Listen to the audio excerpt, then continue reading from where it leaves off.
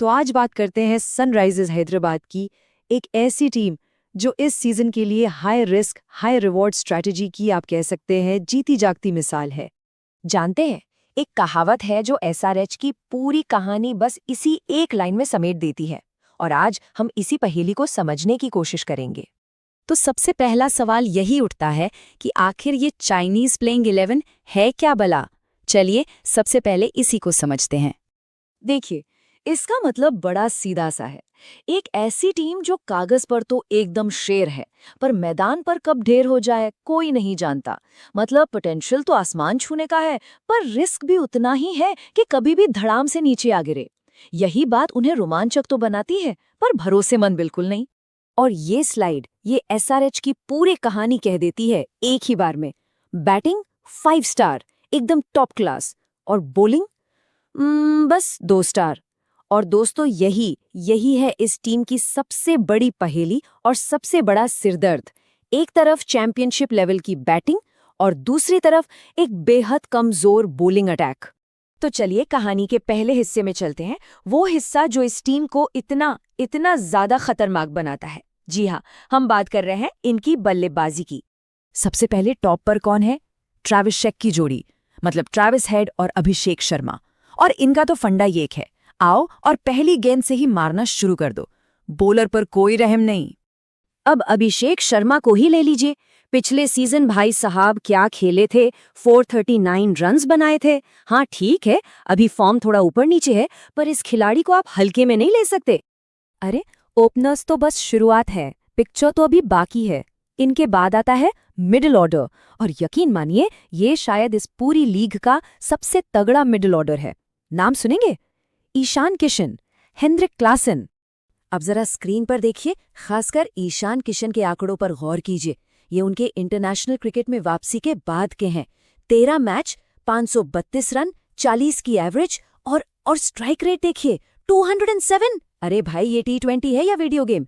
ये आंकड़े तो किसी भी बॉलिंग अटैक की नींदें उड़ाने के लिए काफी हैं। तो बैटिंग लाइनअप देखकर तो यही लगता है कि भाई इस टीम को कौन रोकेगा, ये तो अजेय हैं। पर हर अच्छी कहानी में एक लेकिन होता है, और इस टीम की कहानी का लेकिन बहुत बड़ा है। तो चलिए अब सिक्के का दूसरा पहलू पलटते हैं, और यकीन मानिए ये साइड उतनी चमकीली नहीं है। अब बात होगी गेंदबाजी की। सबसे पहली और सबसे बड़ी दिक्कत, टीम के सबसे बड़े मैच विनर गेंदबाज तो हैं ही नहीं। Pat Cummins, Mohammed Shami, Marco Jansen, ये सब बड़े नाम इस बार प्लेइंग 11 का हिस्सा नहीं है। तो फिर सवाल ये है कि पेस अटैक संभालेगा कौन? हमारे पास नाम है जयदेव उनादकट, हर्षल पटेल, ईशान मलिंगा, पर इन सब के साथ एक अगर मगर जुड़ा हुआ है। किसी के पास अनुभव कम है तो किसी का फॉर्म साथ नहीं दे रहा। और मामला सिर्फ पेसर्स का नहीं है, स्पिन डिपार्टमेंट की कहानी भी कुछ ऐसी ही है। सोचिए, पूरी जिम्मेदारी आ जाती है 23 साल के हर्षल दुबे और जीशान अंसारी जैसे बिल्कुल नए लड़कों पर। अब इतने बड़े स्टेज पर इतना प्रेशर, ये कोई आसान काम नहीं है। तो एक तरफ तो टीम में ये बैटिंग और बॉलिंग का असंतुलन है ही, ऊपर से एक और टेंशन है, खिलाड़ियों का हालिया फॉर्म। अब जरा इस टेबल पर एक नजर डालिए, ये इस टीम की डावाडोल हालत को साफ साफ दिखाता है। अभिषेक शर्मा हाँ रन स्कोरर है, पर कॉन्फिडेंस हिलावा लगता है। ट्रैविस हेड स्टाइल तो आक्रामक है, पर रन नहीं बन रहे। नीतीश कुमार रेड्डी ने एक टेस्ट सेंचुरी मारी और उसके बाद से गायब हैं।